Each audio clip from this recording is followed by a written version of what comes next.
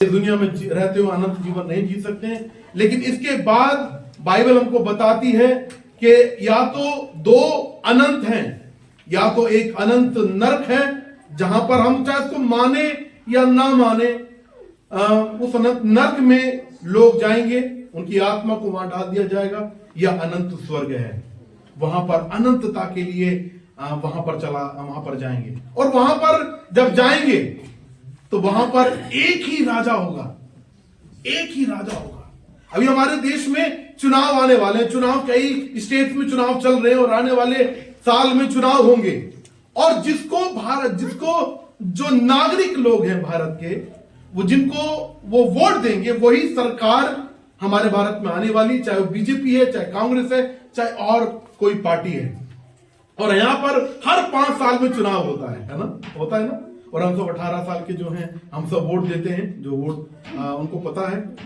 लेकिन उस अनंत जीवन में, उस अनंतता में जिसके अंदर प्रभु यीशु मसीह जिसको लेकर जाएंगे, वहां पे कोई चुनाव नहीं होगा। वहां पर हमेशा के लिए एक राजा होगा। और बड़ा दिन हमको जो देता है, हमको राजा देता है। राजा बड़ा दिन हमको क्या देता है? राजा। और हम कुछ खंडों को हम बाइबल के अंदर से देखेंगे और आज इसी विषय के ऊपर हम ध्यान देंगे कि जो बड़ा दिन है हमको हमारा राजा देता है। क्या देता है हमको? हमारा राजा, जो उस पर विश्वास करते हैं, जिसको प्रभु यीशु मसीह ने चुन लिया है, उनको उसको बड़ा दिन जो है राजा देता है। और हम कुछ खंडों को हम इधर उधर से देखेंगे और हम जानने की कोशिश करेंगे इस राजा के बारे में। और मेरे साथ निकाले मेहरबानी से यशाया उसका 6वां अध्याय, पुराने नियम में यशाया उसका 6वां अध्याय, उसका पहला पद का पहला भाग, उसका कोई पढ़ दीजिए। देखिए यहां पर क्या लिखा है। यशाया उसका 6वां अध्याय, उसका पहला पद का पहला भाग कोई मेहरबानी से पढ़ दीजिए। क्या लिखा है? मैंने प्रभु को बहुत ही नहीं, यशाया उसका 6वां अध्याय, पहला पद का पहला पद, उसका पहला भाग। यशाया 6वां अध्याय, पहले पद का पहला भाग। जिस वर्ष उज्जियाह राजा मरा, मैंने प्रभु को बहुत ही ऊंचे सिंहासन पर विराजमान देखा। ठीक है, तो यहां पर क्या लिखा है? जिस वर्ष उज्जियाह राजा मरा, मैंने प्रभु को बहुत ही ऊंचे सिंहासन पर क्या देखा? विराजमान देखा। देखिए ये जो राजा है, उज्जियाह जो राजा है, इसका 52 साल तक इसका राज्य रहा है। कितने साल तक? और 52 साल के राज्य में जो छोटे बच्चे हैं, जो टीन्स हैं, जो यूथ हैं, जो परिवार हैं, इसके राज्य में कुशल मंगल से रह रहे हैं, शांति पूर्वक रह रहे हैं। और ये एक ऐसा राजा था उज्जियाह जो परमेश्वर का डर, परमेश्वर का भय मानता था। और इससे और देश के लोग थरथराते थे, इसके देश में आक्रमण करने से डरते थे, क्योंकि ये राजा बहुत ताकतवर था, बहुत बुद्धिमान था। 52 साल तक सोचो शांति कायम रही है, लोग बहुत ही कॉन्फिडेंस के साथ में इसके राज्य में रह रहे हैं। अब यहां पर क्या हुआ कि उज्जियाह राजा मर गया। क्या हो गया? अब उस समय में कोई भी देश किसी भी देश पर चढ़ाई कर सकता था, किसी भी समय में आक्रमण कर सकता था, किसी भी समय में। अब यहां पर जिसका 52 साल तक राज्य चला है, अब वो राजा मर गया है, परिवार डर गए हैं, सारे लोग डर गए। अब हमारा क्या होगा? हमारा जो राजा है, जो शांति, जिसके राज्य में शांति पूर्वक रह रहे हैं, वो राजा मर गया है। अब तो कोई भी देश आकर हमारे पर चढ़ाई कर सकता है, अब कोई भी देश हमारे पर आक्रमण करके हमको गुलामी में लेकर आ जाएगा।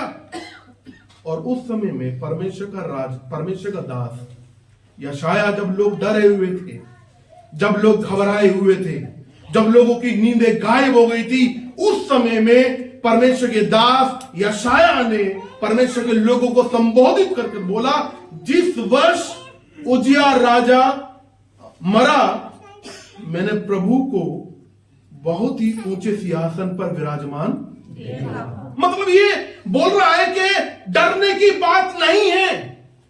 ये जो सांसारिक राजा मरा है, संसार का राजा मरा है, डरो मत, घबराओ मत, लेकिन हमारा जो प्रभु है, इस दुनिया को बनाने वाला जो परमेश्वर है, परमात्मा है, वो ऊंचे पर सिंहासन पर बैठा हुआ है। वो ही सच्चा राजा है। इस दुनिया के राजा आएंगे, चले जाएंगे, लेकिन ये जो राजा है, जो ऊंचे पे विराजमान है, वहां बैठा है। मतलब उसका बैठने का मतलब है कि सब कुछ उसके नियंत्रण में है, सब कुछ उसके कंट्रोल में है। जैसे होता है ना, घर में कुछ दिक्कत आती है, तकलीफ आती है, हम सबके जीवन में, परिवार में आती है, नहीं आती। और जो घर का जो मुखिया होता है, जब मुखिया जब घबराता नहीं है, बोलता नहीं, चिंता मत करो, सब कुछ ठीक ठाक हो जाएगा। जब मम्मी या पापा बोलते हैं बेटा डरने की जरूरत नहीं है, घबराने की जरूरत नहीं है, सब कुछ क्या हो जाएगा, इतना बोलना काफी होता है। लेकिन यहां पर पूरे परमेश्वर के लोग घबरा गए, और यहां पर परमेश्वर का दास उनको बोल रहा है, डरो मत, घबराओ मत। संसारिक राजा मरा है, ये उजिया राजा मरा है, लेकिन हमारा परमेश्वर, परम परमात्मा परमेश्वर, परम प्रधान परमेश्वर, राजाओं का राजा परमेश्वर सिंहासन पर बैठा है। सब कुछ क्या है, कंट्रोल में है। सोचो, इस राजा को, ये जो राजा है सिंहासन पर बैठा है। अब यहां पर अगर हम पुराना नियम, मतलब ये जो समय चल रहा है, ये जो समय है, ये लगभग 792 से 740 के बीच में इसका राज्य रहा है, इसका उजिया राजा का। मतलब यीशु मसीह के जन्म से पहले, यीशु मसीह का जन्म नहीं हुआ है। अब 700 साल बाद अब जो राजा सिंहासन पर बैठा है, जिस राजा को उजिया ने स्वर्ग में सिंहासन पर बैठे हुए देखा, अब उस राजा का दुनिया के पापों के लिए बलिदान होने के लिए जन्म हो रहा है। मेरे साथ निकालें मत्ती उसका दूसरा अध्याय है, अपनी बाइबल को निकाल के रखें। मत्ती उसका दूसरा अध्याय। सोचिए, ये राजा सिंहासन पर बैठा है, और पुराने नियम में यीशु मसीह के जन्म से पहले, ध्यान दीजिए, यीशु मसीह के जन्म से, शरीर में जन्म से पहले लोग इंतजार कर रहे कि मसीहा का जन्म होने वाला है, हमारे राजा का जन्म होने वाला है। अब यहां पर आप देखेंगे दूसरे अध्याय, उसके पहले पद से लेकर आप 5वें पद तक पढ़े, देखो क्या लिखा है। हेरोदेस राजा के दिनों में जब यहूदिया के बैतलहम में यीशु का जन्म हुआ, तो पूर्व से कई ज्योतिषी यरूशलेम में आकर पूछने लगे। ठीक है, हम एक गाना गाते हैं ना कि भाई वो 3 मंजूसी आए, सोना मुरलोबा लाए, वो 3 नहीं थे। यहाँ पे क्या लिखा है, कई ज्योतिषी मतलब कई जो तारागण होते हैं ना, इनकी स्टडी करने वाले उस समय में लोग थे। वो एक तारे को जो अलग प्रकार से जो काम कर रहा था, एक अलग प्रकार से वो चल रहा था, परमेश्वर ने उनको बोला कि तुम क्या करो, इसका पीछा करो। और वो एक देश से नहीं थे, उनमें से कुछ माना जाता, उनमें से कुछ जो थे भारत में से भी थे, कुछ भारत में थे, कुछ अलग अलग देशों में से थे। ये सारे जो ज्योतिषी थे, एक साथ मिलकर घंटों की यात्रा नहीं करी इन्होंने, महीनों की यात्रा कर। आज के समय में हमारे पास, हम फ्लाइट में जा सकते हैं, है ना, हम ट्रेन में जा सकते हैं, हम बस में जा सकते हैं, अपने वाहन से जा सकते हैं, बाइक से जा सकते हैं। लेकिन उस समय में जो यात्रा करने का साधन था, या तो गधा था, गधा मतलब किसी के पास उस समय में लगा लो मर्सिडीज टाइप से लगा लो, गधा था, या ऊंट थे, या पैदल थे। ऐसे करके यात्रा करके ये आए यहाँ पर, ये कुछ मंजूसी यहाँ पर आए हैं। और देखो इन्होंने क्या बोला यहाँ पर, यहूदियों का राजा जिसका जन्म हुआ है कहाँ है। ठीक है, ये कौन क्या बोल रही है, यहूदियों का राजा, परमेश्वर के लोगों का राजा जिसका जन्म हुआ है वो कहां है। और सोचो किससे पूछ रहे हैं, ये संसारिक जो राजा है, ये जो संसारिक जो हेरोदेस राजा है, इससे पूछ रहे हैं कि भाई यहूदियों के राजा का जन्म कहां हुआ है। और देखो आगे क्या हुआ, क्योंकि हमने पूर्व में उसका तारा देखा है और उसको प्रणाम करने आए हैं। यह सुनकर हेरोदेस राजा और उसके साथ सारा यरूशलेम घबरा गया। देखिए क्या हो गया यहाँ पर, मतलब देखिए, जब यहाँ पर ये ज्योतिषियों ने बोला कि भाई वो राजा कहाँ है, यहूदियों का राजा क्या है, तो यहाँ पर परमेश्वर के लोगों को खुश होना चाहिए था, नहीं होना चाहिए था, वहां पे लोगों को खुश होना चाहिए था, नहीं होना चाहिए था। लेकिन वहां पर क्या हुआ, राजा घबरा गया और पूरा यरूशलेम घबरा गया। अरे हमारा राजा तो ये है, लेकिन ये कौन सा राजा पैदा हो गया, ये राजा कौन सा पैदा हो गया। और देखो आगे क्या लिखा है, तब उसने लोगों के साथ सब प्रधान याजकों और शास्त्रियों को इकट्ठा करके उनसे पूछा मसीह का जन्म कहाँ होना चाहिए? उन्होंने उससे कहा यहूदिया के बैतलहम में, क्योंकि भविष्यवक्ता के द्वारा यह लिखा गया है। देखो ये जो राजा था ये थोड़ा सन की टाइप का राजा था। ये इसने इवन राज्य के लिए, अपने राज्य के लिए अपने भाई, अपने बेटे तक को मार दिया। इस राजा ने, ये जो हेरोदेस का ये जो राजा है, इसने अपने बेटे तक को राज्य के चक्कर में मरवा दिया। और यहां पर ज्योतिषी आए हैं, ज्योतिषी आके सीधा इससे पूछ रहे भाई आप हमको बताएं या भाई यहूदियों के राजा कहां पर है। सोचो इसकी हालत कैसी होगी, इसकी हालत बहुत खराब होगी। अरे अभी तक तो मैं राजा हूं, ये राजा कहां पैदा हो गया। और इसको पता है कि ये जो यहूदी लोग हैं, जो परमेश्वर के लोग हैं, मसीहा का इंतजार कर रहे हैं। किसका इंतजार कर रहे हैं? तभी तो उसने सारे परमेश्वर जो लोगों को इकट्ठा करके एक सवाल पूछा, ये मसीह का जन्म कहां पर होगा, ये मसीह का जन्म कहां होगा। इस प्रकार से यहां पर भाई कौन पूछ रहा है? ये राजा पूछ रहा है, ये राजा पूछ रहा है। और सोचो ये राजा कौन है? ये राजा वही राजा है जो उजिया के मरने पर स्वर्ग में विराजमान है, स्वर्ग में बैठा है। और यशायाह ने बोला कि भाई ऊंचे पर वो राजा कौन है? विराजमान है। एक खंड और पढ़ेंगे मेरे साथ, लूका उसका पहला अध्याय है, उसका 28 पद से कोई पढ़े। स्वर्गदूत ने उसके पास भीतर आकर कहा, आनंद और जय तेरी हो, जिस पर ईश्वर का अनुग्रह हुआ है, प्रभु तेरे साथ है। वह उस वचन से बहुत घबरा गई और सोचने लगी कि यह किस प्रकार का अभिवादन है। स्वर्गदूत ने उससे कहा, हे मरियम, भयभीत ना हो, क्योंकि परमेश्वर का अनुग्रह तुझ पर हुआ है।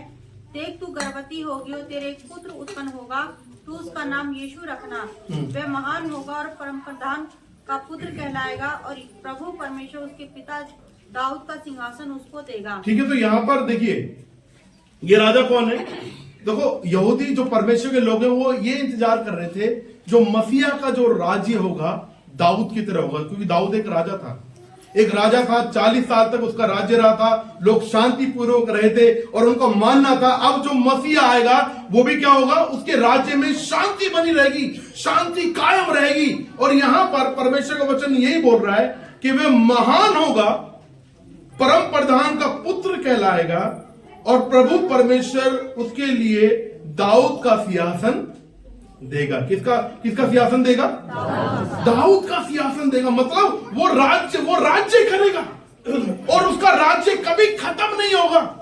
सोचो इस दुनिया में अलेक्जेंडर द ग्रेट का जन्म हुआ है, अशोक द ग्रेट, मतलब ग्रेट किसी के नाम के आगे लगा नहीं है। अगर किसी के नाम के आगे ग्रेट लगाए तो वो छोटा मोटा राजा नहीं रहा है, वो बहुत महान राजा रहा है। सोचो अलेक्जेंडर द ग्रेट का जन्म हुआ, अशोक द ग्रेट का जन्म हुआ, लेकिन जिस दिन वो मरे उस दिन उनकी क्या हो गई, सल्तनत एकदम ठप हो गई, सल्तनत गई, उनका राज्य गया। लेकिन यहां पर सोचो वो जो राजा यशायाह के टाइम पर 700 साल पहले, यीशु मसीह के जन्म से 700 साल पहले जो सिंहासन पर बैठा है, अब उसका यहां पर 700 साल बाद यहां पर जन्म हुआ है। किस लिए जन्म हुआ? पूरी मानव जाति के पापों के लिए बलिदान होने के लिए। क्रिसमस का मैसेज यही है, क्राइस्टमस मतलब भाई यीशु मसीह के लोग, यीशु मसीह के लोगों के लिए, यीशु मसीह के लोगों के लिए, यीशु मसीह ने अपने लोगों के लिए उस राजा ने जन्म ले लिया। और 3.5 साल तक उसकी सेवकाई के दौरान उसने, और 33.5 साल तक उसका जीवन रहा, 3.5 साल तक उसकी सेवकाई रही, और वो राजा मर गया, हमारे पापों के लिए मरा है। और देखिए एक खंड और पढ़ें मेरे साथ, निकाले मत्ती उसका 27वां अध्याय, मत्ती उसका 27वां अध्याय। आज चेक होगा कि भी कौन जल्दी पढ़ सकता है। मत्ती उसका 27वां अध्याय और उसका 29वां पद पढ़ें। देखिए जो राजा है, ध्यान दीजिए, हम सब पढ़ने वाले बच्चे हैं, हम सब स्मार्ट हैं, हम सबको ये याद रहेगा। यीशु मसीह के जन्म से 700 साल पहले जब उजिया राजा मरा, जिसका 52 साल तक राज्य रहा, यशायाह ने क्या देखा कि स्वर्ग में प्रभु बैठे हैं, सब कुछ नियंत्रण में है। अब वही जो राजा है जो स्वर्ग में विराजमान है, मत्ती के टाइम पर ये मंजूसी आए हैं, ये पंडित आए हैं और उन्होंने पूछा कि उसका राजा का जन्म, और उसी राजा के बारे में कुंवारी जो मरियम है, पवित्र आत्मा की अगुवाई, पवित्र आत्मा के द्वारा उसने पुत्र को जना, जो पवित्र है। और सोचो वो राजा का जन्म हो गया है, और किस लिए जन्म हुआ? हमारे पापों के लिए बलिदान। और देखिए उसका मत्ती उसका 27वां अध्याय 29वां पद कोई पढ़े, क्या लिखा है? और कांटों का मुकुट घूमकर उसके सिर पर रखा और उसके दाहिने हाथ में सरकंडा दिया और उसके आगे घुटने टेक कर उसे ठट्टों में उड़ाने लगे और कहा, हे यहूदियों के राजा नमस्कार। देखिए यहाँ पर जब ये स्थिति है इस राजा की, जो मानव जाति के पापों के लिए बलिदान होने के लिए उन्होंने बड़े दिन के दिन जन्म लिया, वे चाहते तो किसी को भी मार सकते थे, इतनी ताकत इनके अंदर थी। एक फूक में किसी को मार सकते थे, एक थप्पड़ में किसी को मार सकते थे, इतनी ताकत वाले थे, क्योंकि वो 100% परमेश्वर थे इस दुनिया में रहते हुए और 100% इंसान थे। लेकिन मानव जाति को बचाने के लिए ये राजा मेमना बन गया। और इसको सोचो, ये कुछ सैनिक, ये कुछ मांस के टुकड़े उसका अपमान कर रहे हैं, उसका अपमान कर रहे हैं, उसको थूक रहे हैं, उसको मार रहे हैं, उसके सामने ठट्टे में घुटने टेक रहे हैं। और सोचो क्या बोल रहे हैं, हे यहूदियों के राजा तुझे नमस्कार, ठट्टों में इसको। लेकिन ये है राजा, ठट्टों में उड़ाकर बोल रहे हैं, हे यहूदियों के राजा तुझे नमस्कार। उसका ठट्टा उड़ा रहे हैं। और वो ठट्टा किसके लिए सह रहे हैं?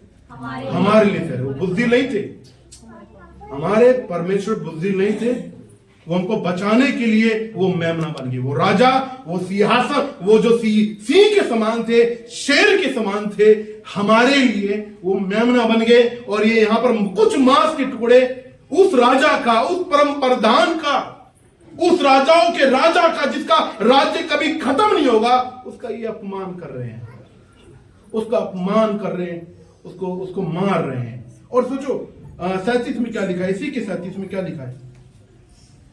और उसका दोष पत्र उसके सिर के ऊपर लगाया कि ये यहूदियों का राजा यीशु है। ठीक है, देखिए जब कोई उस समय में क्रूस पर टांगा जाता था तो उसके सर के ऊपर ये लगाया जाता था कि भाई इसको मारा क्यों गया, ताकि लोग आने जाने वाले देखकर पहचान सके, अच्छा ये भाई इसने हत्या करी है इसलिए इसको मारा गया है, ओ अच्छा इसने इस परिवार के साथ बुरा किया है इसलिए उसको मारा गया है। वो दोष पत्र वहां पे इसके ना, जिसको भी दंड दिया जाता था उसके ऊपर लगा दिया जाता था, है ना, जो समाज के लिए खतरा होता था। और यहां पर यीशु मसीह के सर के ऊपर दोष पत्र क्या लगाया गया है? ये यहूदियों का क्या है? वो दोष पत्र ये लोगों को जब देख रहे थे, पढ़ रहे थे, वो ये जान रहे थे, ओ अच्छा इसीलिए इस यीशु को मारा गया, इसीलिए इस यीशु को क्रूस पर टंगा दिया गया है। ओ क्यों, क्या गलती है इसकी? क्योंकि ये यहूदियों का राजा है, क्योंकि ये यहूदियों का राजा है, इसलिए इसको क्रूस पर टंगाया गया है।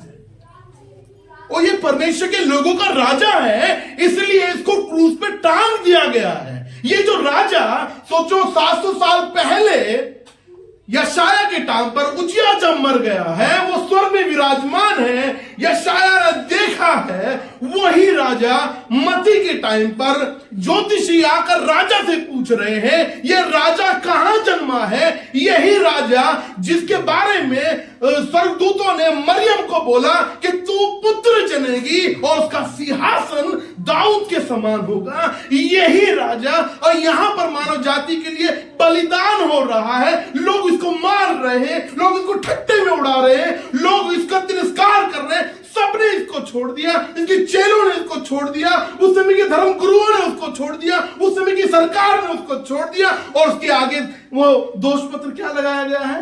ये राजा है, ये अपने लोगों का राजा है। मतलब वो राजा जो सिंहासन पर बैठा है, वो राजा ने सिंहासन छोड़कर अपने लोगों के लिए बलिदान हो गया है। वो राजा अपने लोगों को बचाने के लिए, अपने लोगों को पाप से बचाने के लिए, अपने लोगों को नरक से बचाने के लिए, अपने लोगों को उस अनंत दंड से बचाने के लिए वो राजा बलिदान हो गया है। मेरे प्रिय भाई बहनों, वो बलिदान हो गया। चेलों को समझ में नहीं आया, चेलों को बोला गया, यीशु मसीह ने बोला कि मैं मरूंगा, मैं दुख उठाऊंगा और मैं जिंदा हो उठूंगा, मैं जिंदा हो जाऊंगा। लेकिन इन चेलों को समझ में नहीं आया, चेलों को सिर्फ ये समझ में आया, ओ हमारा जो प्रभु है, हमारा जो गुरु है मरने वाला है। उनको ये समझ में नहीं आया कि वो जी उठेगा, वो जिंदा हो जाएगा। और अगर हम इसमें पढ़ेंगे, यीशु मसीह मुर्दों में से तीसरे दिन जी उठा। यीशु मसीह मुर्दों में से तीसरे दिन जी उठा, और जी उठने के बाद 40 दिन तक वो लोगों को नजर आया। जैसे आप और मैं लोगों को नजर आया, लोगों से बात करी, रॉबिन से बात करी, भाई क्या कहते हैं, राजेश से बात करी, उस समय के लोगों से 400-500 लोगों से बात करी, चेलों से बात करी, सबसे बात करी, और उसके बाद वो स्वर्ग में चले गए।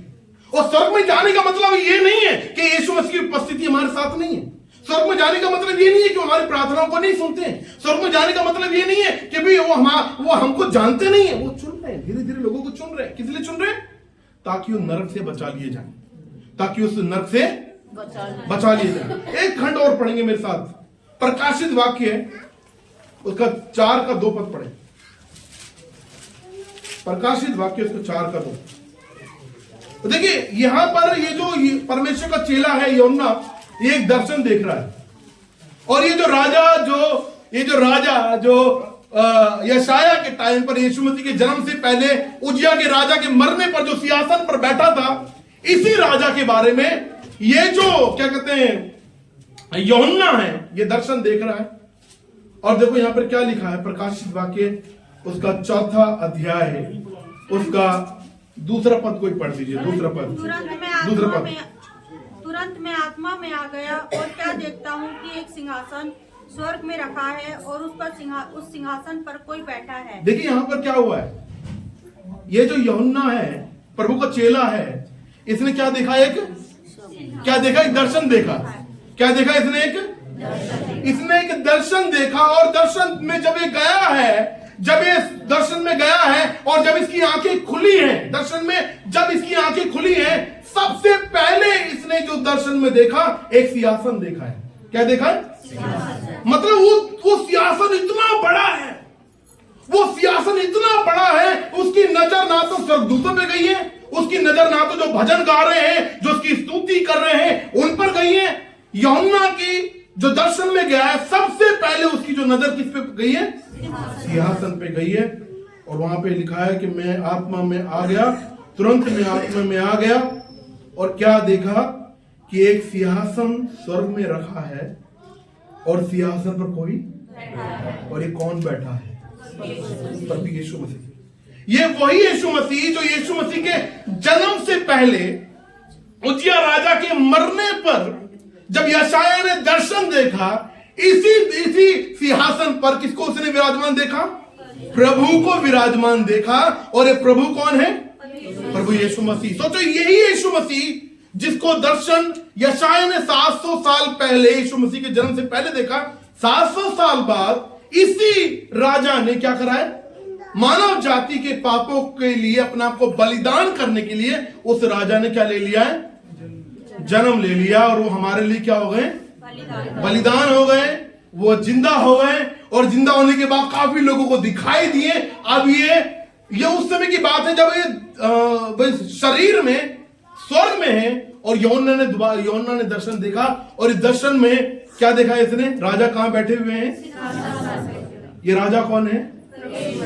और ये जो राजा, बाइबल का जो सिद्धांत है, जो डॉक्ट्रिन ऑफ जो बाइबल है, सिद्धांतिक जो बात है वो ये कि यीशु मसीह जो राजा है, बाइबल के बारे में अगर सोचो, ये उत्पत्ति की पुस्तक है, ये अंतिम प्रकाशित वाक्य की पुस्तक है। यीशु मसीह का राज्य बढ़ रहा है। यीशु मसीह अपनी किंगडम को बढ़ा रहे हैं। मतलब इस दुनिया के अंदर जो राजा होते हैं वो मरते ही उनका राज्य, लेकिन यीशु मसीह एक ऐसे राजा जो मरे और मरकर वो जो जी उठे, उनका राज्य खत्म नहीं हो रहा मेरे प्रिय भाई बहन। उनका राज्य क्या हो रहा है? बढ़ता जा रहा है। उनका राज्य बढ़ रहा है। और उनका राज्य कहां के लिए बढ़ रहा है? उस अनंत जीवन के लिए जिसके लिए प्रभु यीशु मसीह अपने लोगों को, यीशु मसीह ने बोला तुम्हारा मन व्याकुल ना हो, मैं वहां जा रहा हूं और तुम्हारे लिए मैं क्या करूंगा? घर बना रहा हूं, मैं तुम्हारे लिए स्थान बना रहा हूं, और जब बन जाएंगे तो मैं क्या करूंगा? तुम्हें लेने के लिए आऊंगा ताकि तुम भी उस जगह में रहो। और उस राज्य में, उस अनंत जीवन में मेरे प्रिय बहनों, ना तो कोई दुख होगा, ना कोई तकलीफ होगी, ना कोई पीड़ा होगी, मृत्यु नहीं होगी वहां पर। इस दुनिया के अंदर ये दुनिया नाश होगी क्योंकि इस दुनिया के अंदर पाप है। लेकिन जब प्रभु यीशु मसीह नई दुनिया बनाएंगे, उस नई दुनिया में ना मृत्यु होगी, ना अलगाव होगा, ना असंतुष्टि होगी, ना भी कोई बीमारी होगी, ना शुगर का रोग लगेगा, ना मोटापा होगा, ना पतला होना होगा। वहां पर हम एक सूरज के समान चमकेंगे। वहां पर आज हम सब नए नए कपड़े पहनकर आए हैं, बेस्ट कपड़े पहनकर आए हैं। वहां के जो कपड़े होंगे हमें कभी असंतुष्ट नहीं करेंगे। वहां के कपड़े हमें कभी असंतुष्ट, हम हमेशा सेटिस्फाई रहेंगे जो भी चीज हमको वहां पर मिलेगी। और वो वहां जा कैसे सकते हैं? उस राजा के द्वारा ही हम जा सकते हैं, उस राजा के द्वारा, क्योंकि उस राजा ने दुनिया को बनाया है। यीशु मसीह ने बोला मैं ही मार्ग हूं उस अनंतता में जाने के लिए। जिसको यीशु ने चुन लिया वही उस अनंत जीवन में जा सकता है। हमारे कर्म उस अनंत जीवन में पहुंचा नहीं सकते हैं। हमारे जीवन का कोई भी अच्छा कार्य उस अनंत जीवन में नहीं पहुंचा सकता है। सिर्फ और सिर्फ उसी राजा के द्वारा, उसी राजा के अनुग्रह के द्वारा ही हम उस अनंत जीवन के अंदर जा सकते हैं।